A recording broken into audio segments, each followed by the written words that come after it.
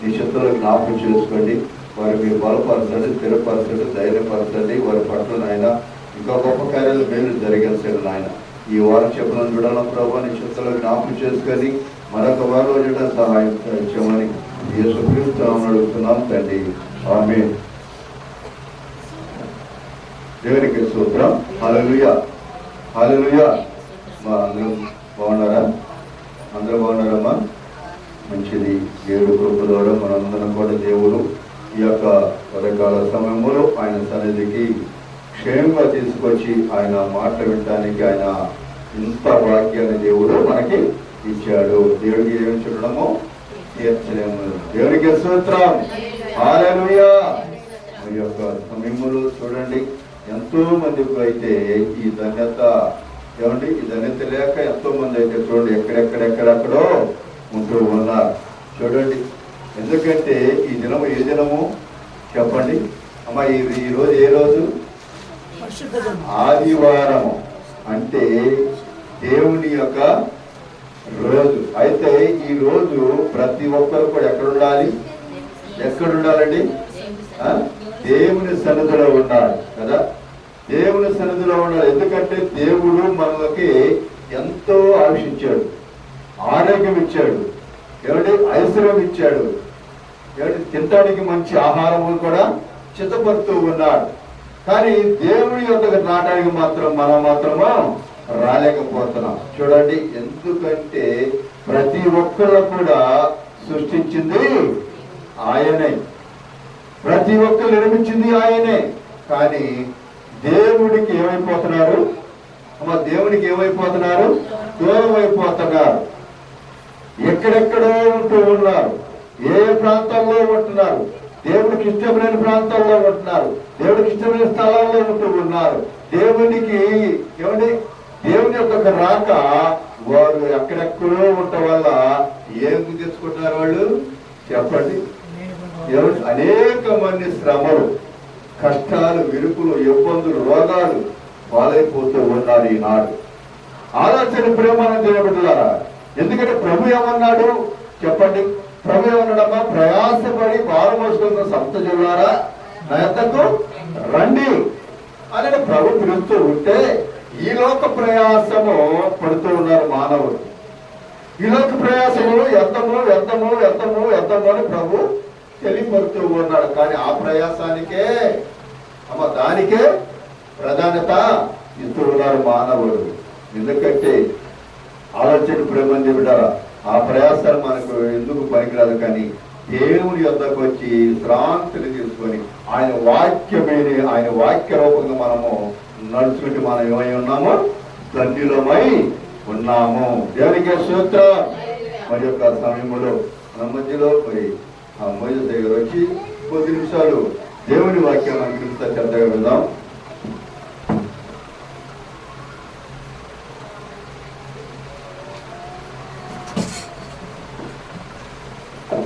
దేవునికి స్తోత్రం, దేవునికి స్తోత్రం.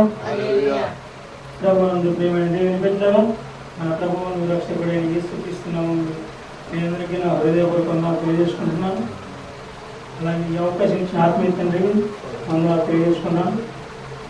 పరిశుద్ధ గ్రంథం లేఖన భాగం యోహాను సువార్త 3వ అధ్యాయం 36వ వచనం చదువుకుందాం. యోహాను సువార్త 3వ అధ్యాయం 36వ వచనం, పేజీ నంబర్ 82, కొత్త నిబంధన పేజీ నంబర్ 82, యోహాను సువార్త 3వ అధ్యాయం 36వ వచనం. కుమారుని యందు విశ్వాసముంచువాడే నిత్య జీవము గలవాడు, కుమారునికి విధేయుడు కానివాడు జీవము చూడడు, కానీ దేవుని ఉగ్రత వాని మీద నిలిచి ఉండును. చాలండి, చిన్న పద్ధతి తీసుకుందాం.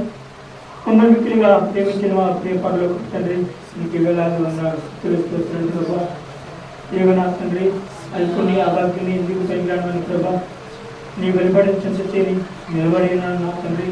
ఆనాడు ఎందుకు నరముద్రుడా చక్కగా నిలబడి నీతో మాట్లాడతాను కలిగించిన ప్రభా. అలాగే నేను నిలబడి ఉన్నాను తండ్రి, మీరు నాతో ఉండండి, మీ ఆత్మ నాతో ఉంచిన ప్రభా. అయా నీ వాక్యమైన సత్యమైన మాటలు జీవం కలిగిన మాటలు నా నోడికి ప్రసంత దాచాను. అర్థమైన మాటలు కల్పితమైన మాటలు నా నోడికి కాకుండా మీరే తోడు సహాయం తెచ్చు. తండ్రి వాక్యం వింటుండగా ప్రభా వాక్యాన్ని హృదయంలో భద్రపరుచుకుని నెమరసిన సహాయం తెచ్చు.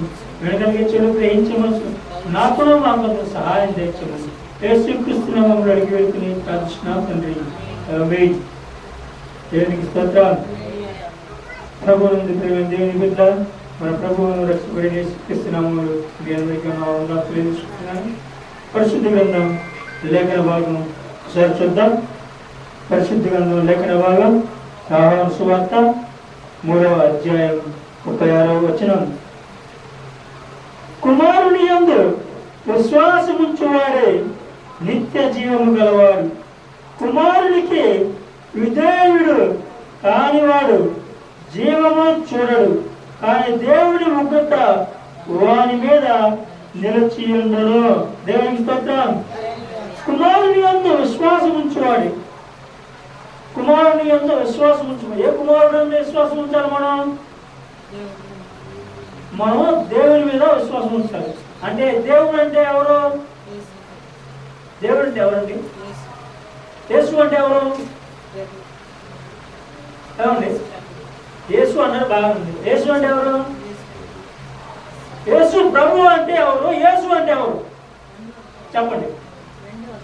యేసు అంటే ఎవరు? యేసు ప్రభు అంటే ఎవరు? ఇక్కడ ఉన్నారు తండ్రి కుమారుడు ఇద్దరు ఉండాలి. తండ్రి కుమారుడు ఉన్నాడు. ఎవరు?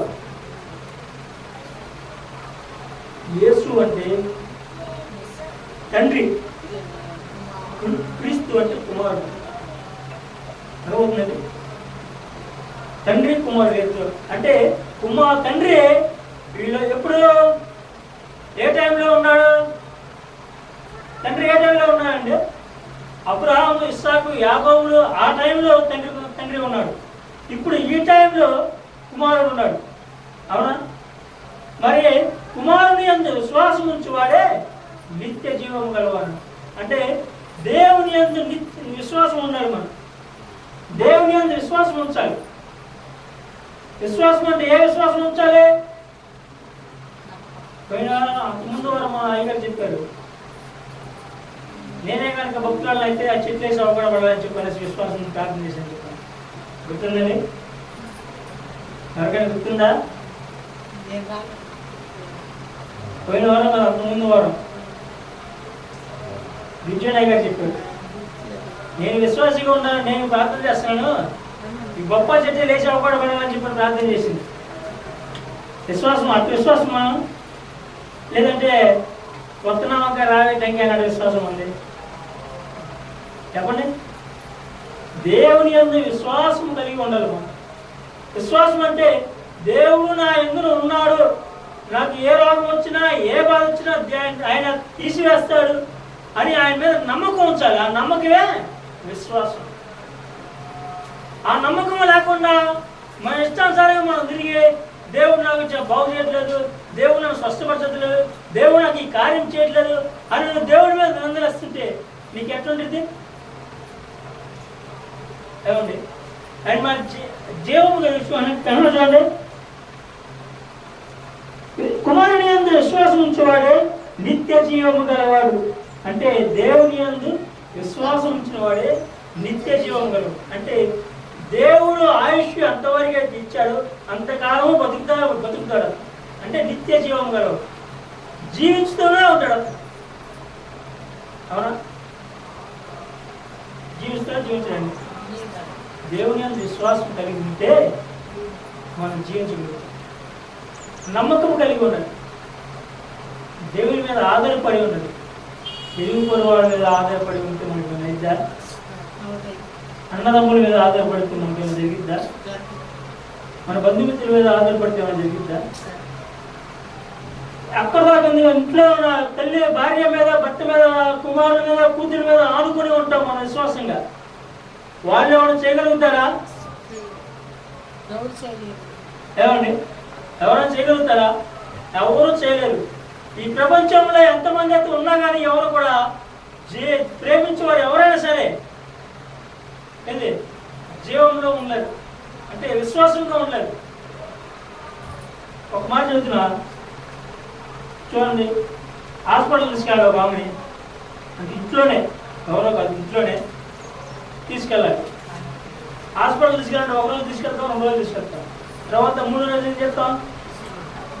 ఏమండి ఇంకేడుందండి విశ్వాసానికి? దేవుడు ఏమన్నాడు? తల్లిదండ్రులు ప్రేమించను అని చెప్పి అన్నాడు.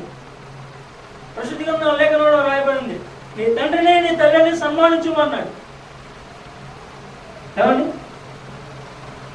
సన్మానిస్తున్నావా? ఆయన వాళ్ళు ప్రేమిస్తున్నావా? మరి జీవంలోకి ఎట్లా తప్పను?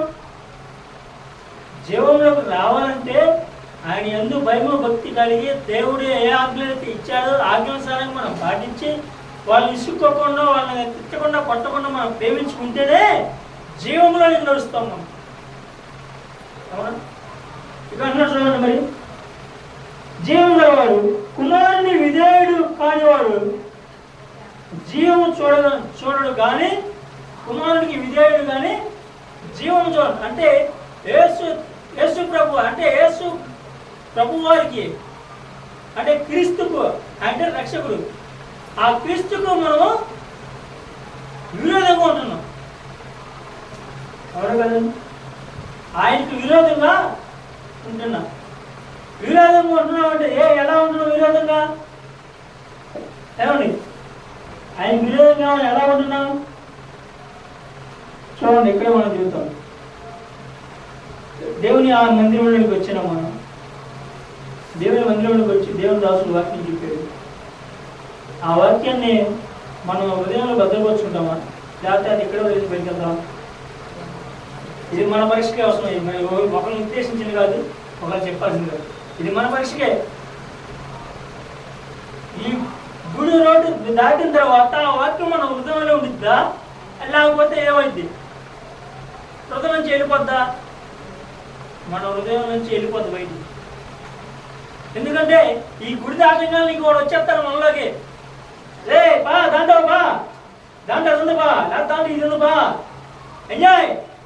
మళ్ళీ ఎక్కడ మన ఇంకేడుంది మన జీవం? జీవం మనకుందా? జీవం లేదు.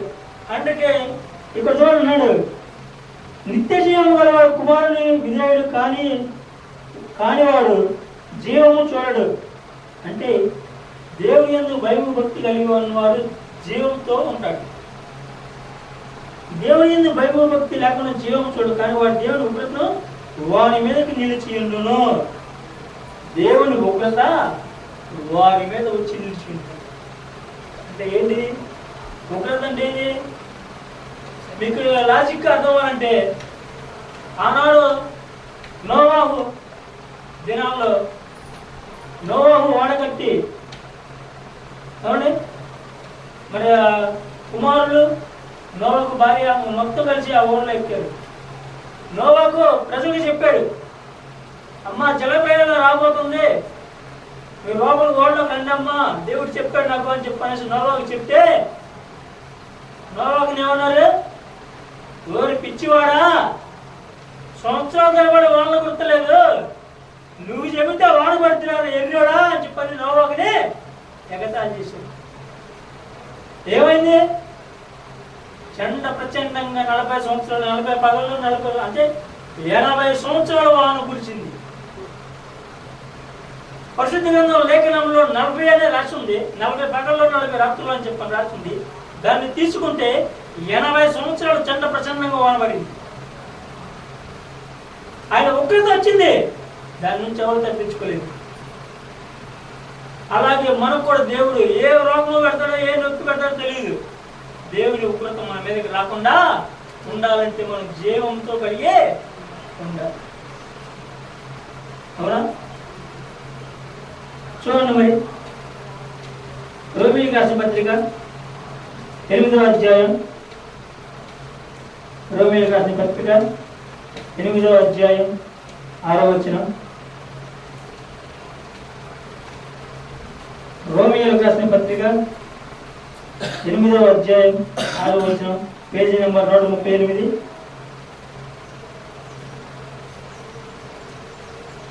ఆత్మానుసారమైన మనసు జీవమును సమాధానమై ఉన్నది. దేవుని స్తోత్రం. ఆత్మానుసారమైన మనసు జీవమును సమాధానమై ఉన్నది. ఆత్మానుసారమైన మనసు ఏమన్నా చూడక అన్నాడు, ఆత్మానుసారమైన మనసు. మనం దేవుని సన్నిధిలోకి వచ్చినప్పుడు మనస్ఫూర్తిగా దేవుని సన్నిధిలో కూర్చుంటామా? ఆలోచించే. ఆత్మానుసారమైన మనసు అంటే నా సొంత ప్రయత్నంగా నేను ఏం చెప్పట్లేదు. ఇక్కడ పరిశుద్ధ గ్రంథంలో లేఖనంలో రాయబడి ఉన్న మాటే ఆత్మానుసారమైన మనసు. మనం దేవుని సన్నిధిలోకి వచ్చినప్పుడు మనం ఎలా కూర్చుంటాం? మన ఆత్మను దేవుడికి అప్పగిస్తామా? లేకపోతే మన ఆత్మను సాధారణంగా అప్పగించే దేవుని సన్నిధిలో కూర్చుంటామా? మన మనసులో అన్ని తిరుగుతాం. అవునా కదా? దేవుని సన్నిధికి వస్తున్నాము అంటే ఇంట్లోంచి బయటికి వచ్చి గుమ్మం దాటి బయటకు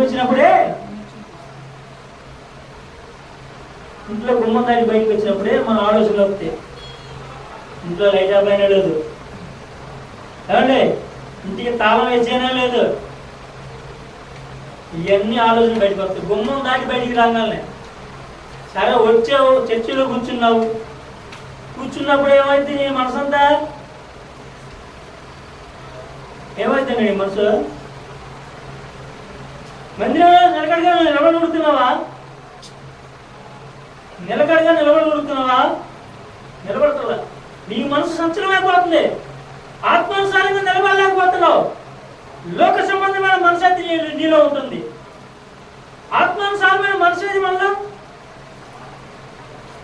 దేవుని సన్నిధిలోకి వచ్చంటే మన మనసంతా దేవుని మీద, దేవుని దాసు మీద ఉండాలి మన మనసు. ఆత్మానుసారమైన మనసు అంటే దేవుడు తన దాసుని ద్వారాగా ఏం మాట్లాడుతున్నాడో ఆ మాటను మన హృదయాల్లో ఉంచుకునేలాగా మన ఆత్మ దేవునికి అప్పగించాలి. అప్పగించిన ఆత్మానుసారమైన మనసు దేవుడికి ఇష్టమైనది. ఆత్మానుసారమైన మనసు జీవమును సమాధానమునై ఉన్నది. అంటే సమాధానం అంటే మనం ఉంటాం చిన్నపిల్లలు ఏదైనా మాట్లాడికి సమాధానం చెప్పాడా? అవునా అంటామా? గమనించండి. ఒక చిన్నపిల్లవాడు ఏదైనా తప్పు చేసి నేను అడిగిన కొట్టి నేను అడుగుతున్న సమాధానం చెప్పేదిరా అంటావు. ఏం చెబుతారా? అవునా? వాడిని అడిగేటప్పుడు మనం కూడా ఆలోచన చేయాలి. మన మనసును మనం తగ్గించుకోవాలి. అవును కదా? ఆత్మానుసారమైన మనసు కొడితే వచ్చిద్దా? తిడితే వచ్చిద్దా? కాదు కదండి. ఆత్మానుసారమైన మనసు కావాలి అంటే వాళ్ళని క్షమించి ప్రేమించే గుణము మనలో ఉండాలి. మనకు అది కూడా ఆత్మానుసారమైన మనసు కొద్ది ఉన్నామంటే, ఆత్మానుసారంగా ఉన్నామంటే ఉన్నాం. చూడండి, గుళ్ళోకి రంగాల్ని చప్పట్లు కొడతా, పాటలు పాడుతూ, వాక్యాలు చెప్తా, వాయిద్యాలు వాయిస్తూ ఉంటారు. ఏమండి? గుళ్ళోకి రంగాలు నేను పరిశుద్ధంగా ఉన్నా, ఆత్మానుసారంగా ఉన్నా అని చెప్పంటారు. పరిశుద్ధంగా ఉన్నాను, ఆత్మానుసారంగా ఉంటాను కాదని మనకు కావాల్సింది. దేవుని యందు భయము భక్తి కలిగి జీవించి ఉన్నప్పుడే ఆత్మానుసారమైన మనసు నీలో నిలబడింది. చూడండి, కొంతమంది అంటే నేను అటకాలంగా మాట్లాడటం కాదు, ఏకాలంగా చేయడం కాదు. దేవుణ్ణి ఆరాధించేటప్పుడు దేవుని పరిశుద్ధాత్మ వారి మీదకి వచ్చి వారు చప్పట్లు కొడుతూ తింటూ ఉంటారు. ఏమండి?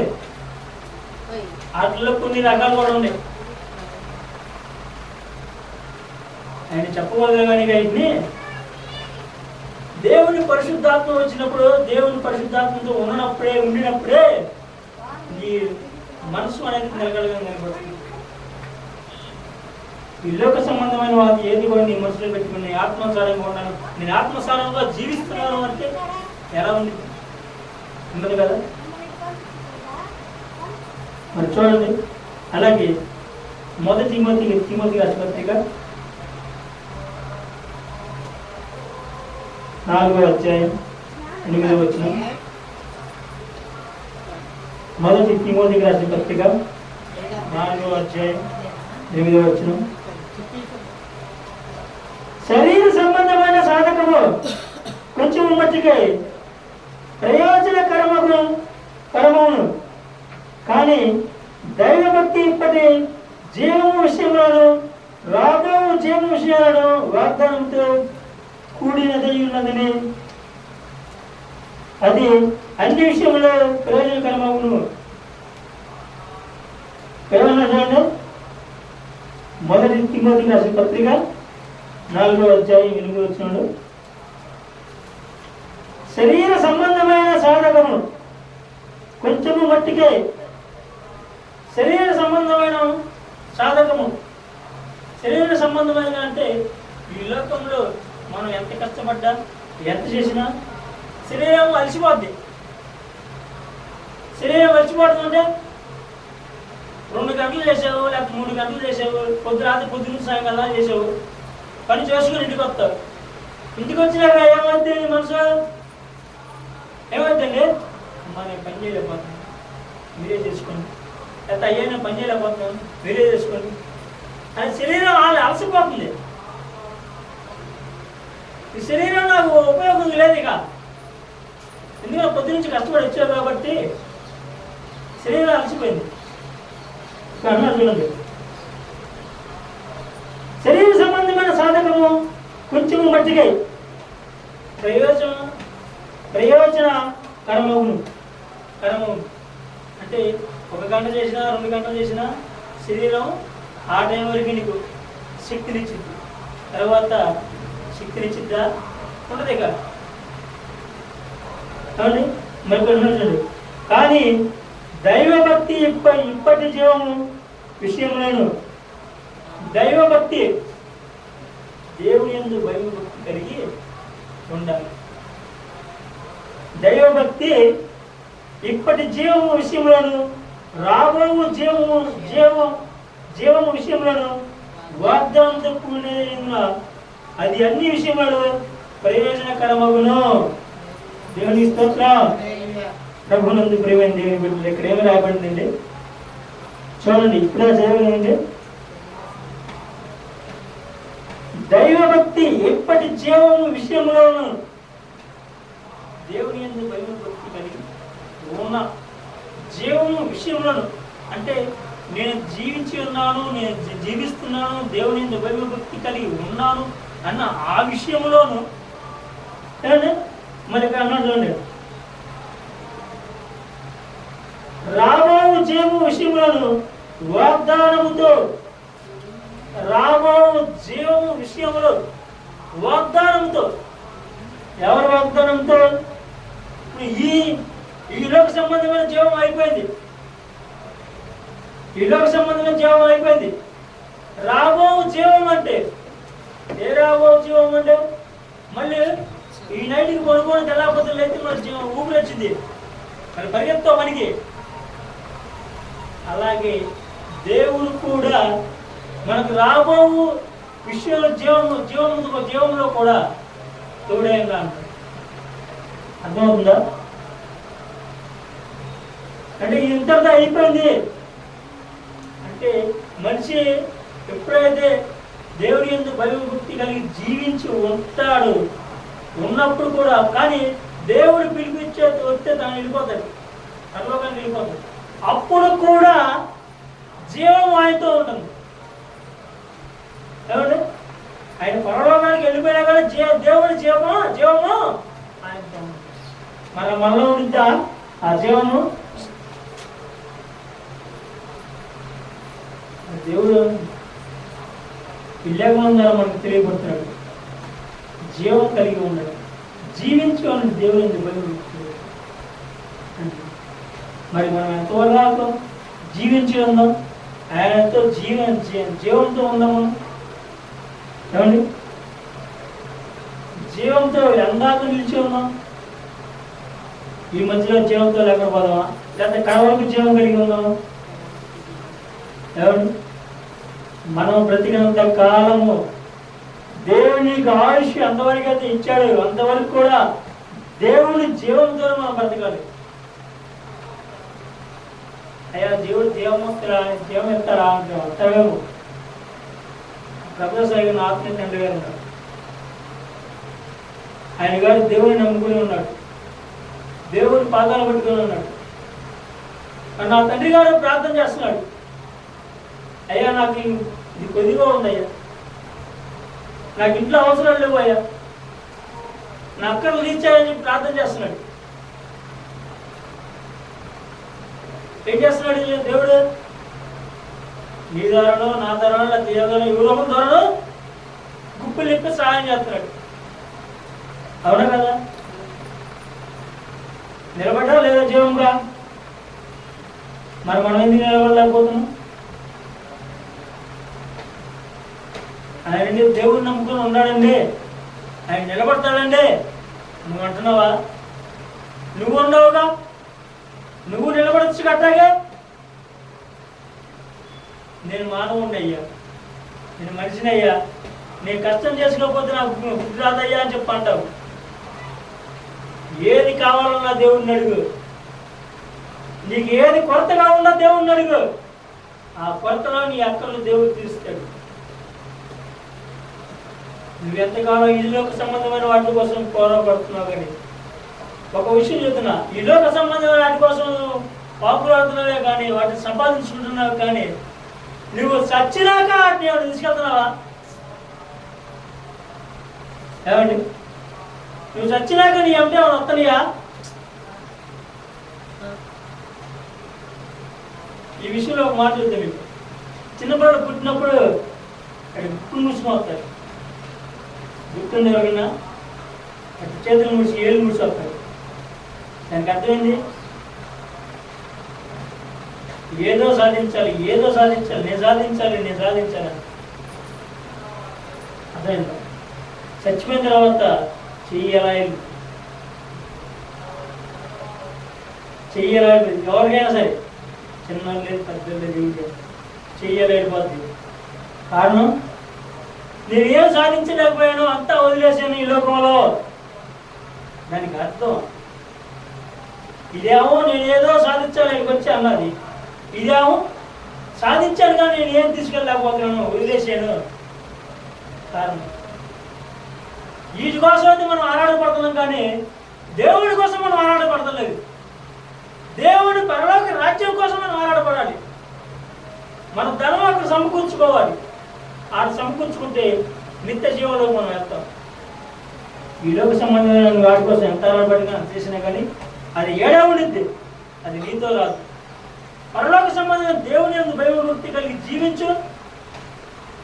నువ్వు చనిపోయినా కానీ దేశంలో పరలోకంలో తిరిగి దేవునితో ఉంటారు. అక్కడ సంతోషము, సమాధానం, దీర్ఘశాంతము, దయాలత్వం అక్కడ ఉంటాయి.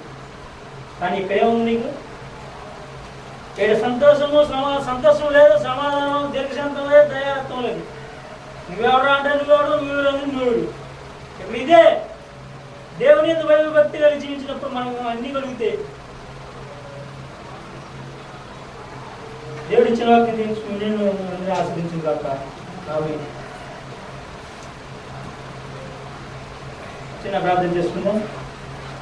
మమ్మల్ని మిక్కిలిగా ప్రేమించిన మా ప్రియ పరలోక తండ్రి, మీకు వేలాది స్థితులు ప్రభా, తిరిగి నా తండ్రి, నీ జీవంతో నీ జీవం కలిగి జీవించి మనసుగా నీ లేఖనాల్లో రాయబడినప్పుడు, అలాగే ప్రభా నీ వాక్యం ప్రభా జీవంతో నడుచులాగా మా సహాయం తెచ్చేది.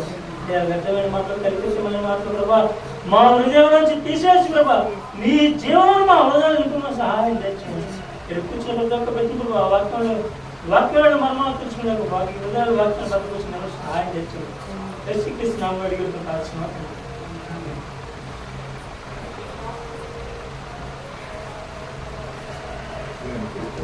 హల్లెలూయా, హల్లెలూయా, హల్లెలూయా,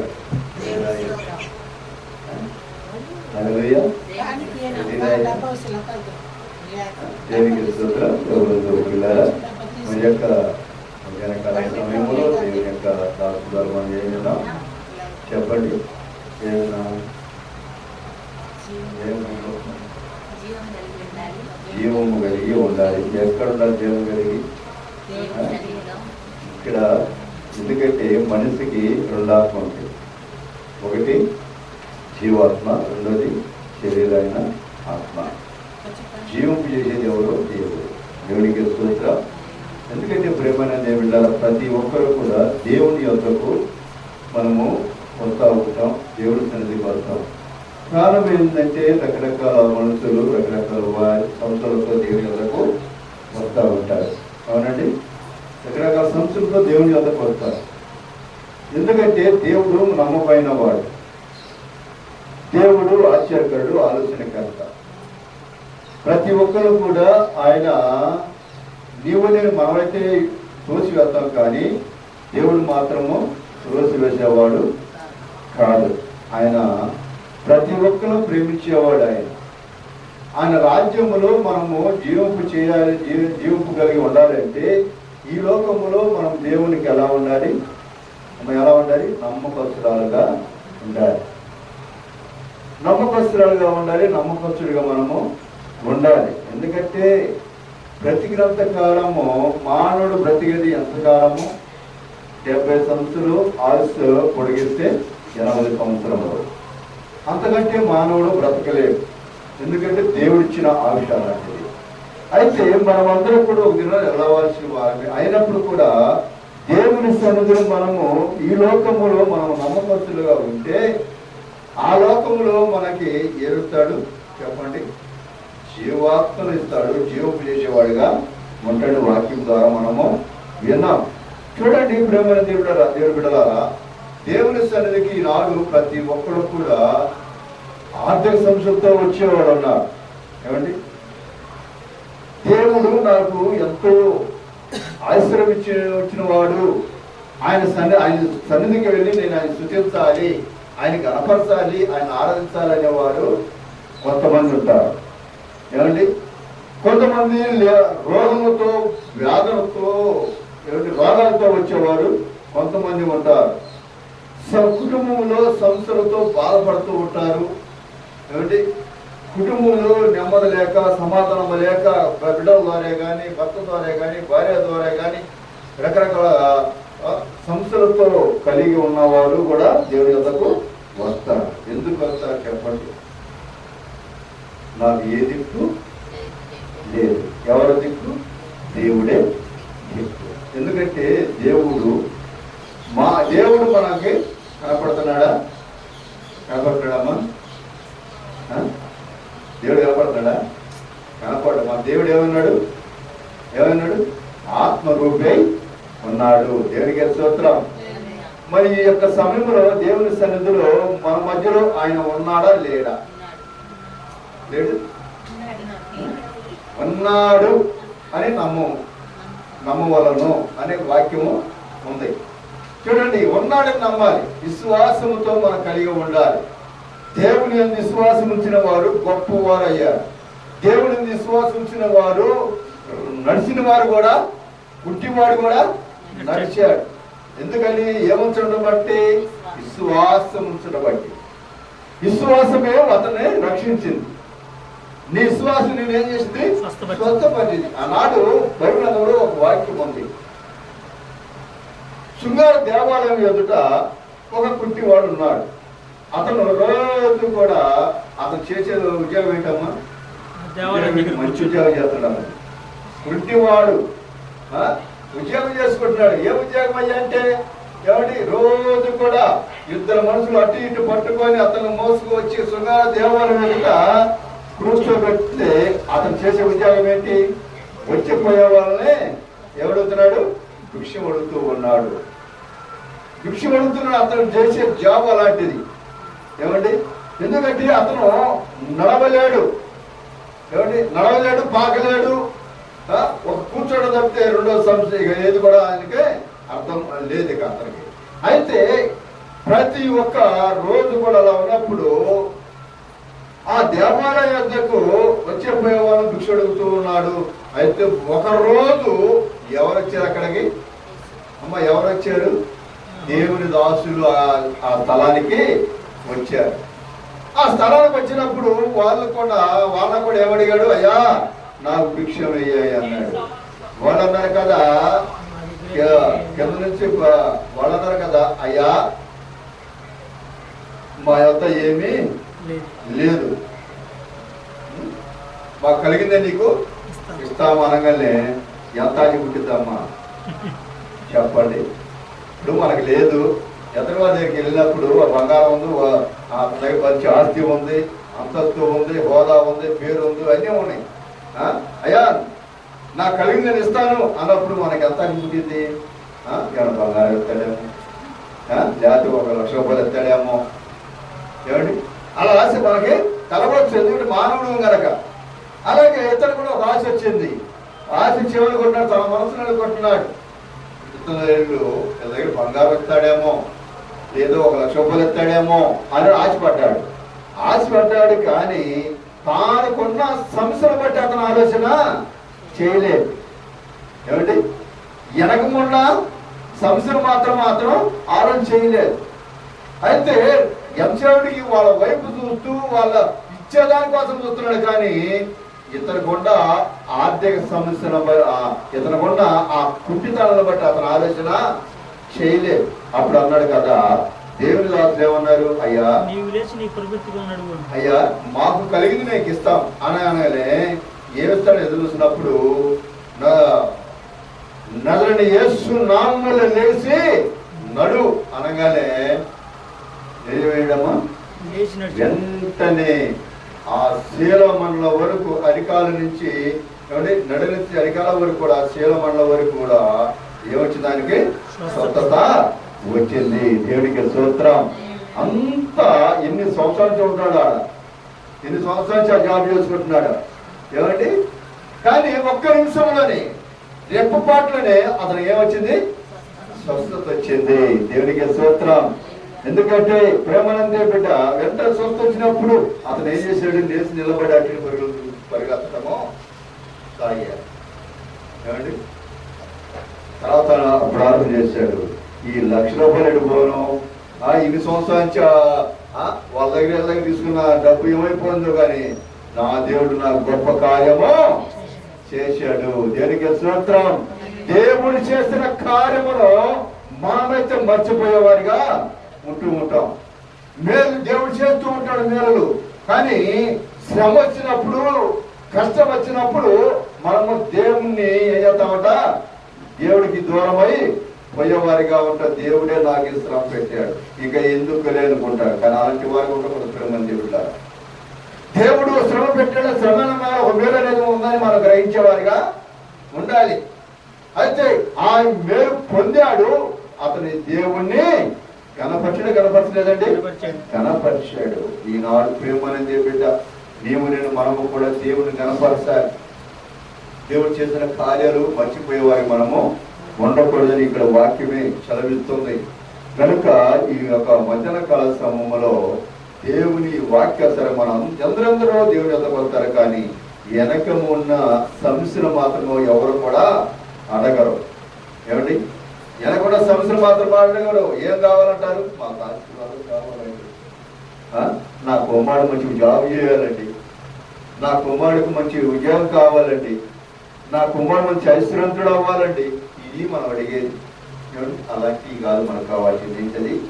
ప్రభువా నేను సరిపోతే అయ్యా నాకు ముందు రక్షణ కావాలి, మారు మనసు కావాలి, నా కుటుంబంతో కూడా రక్షణలో నడిపించాలి ప్రభువా అని మనము ఆయన వాక్యములో నేను బలపడాలయ్యా, నీ వాక్యములో నా కుటుంబంతో కూడా బలపడాలయ్యా, నీ వాక్యము చేత మమ్మల్ని జీవింపు చెయ్యాలయ్యా అని అడగాలంట మనం. దేవుడికి స్తోత్రం.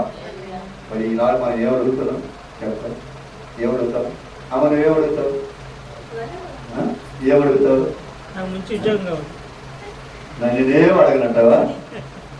నాకు మంచి జ్ఞానం ఇయ్యా, మంచి చదువు ఇయ్యా, పరీక్షల్లో మంచి పాస్ అవడానికి సహాయం చేయ ప్రభువా అని అయ్యి అడగాలి.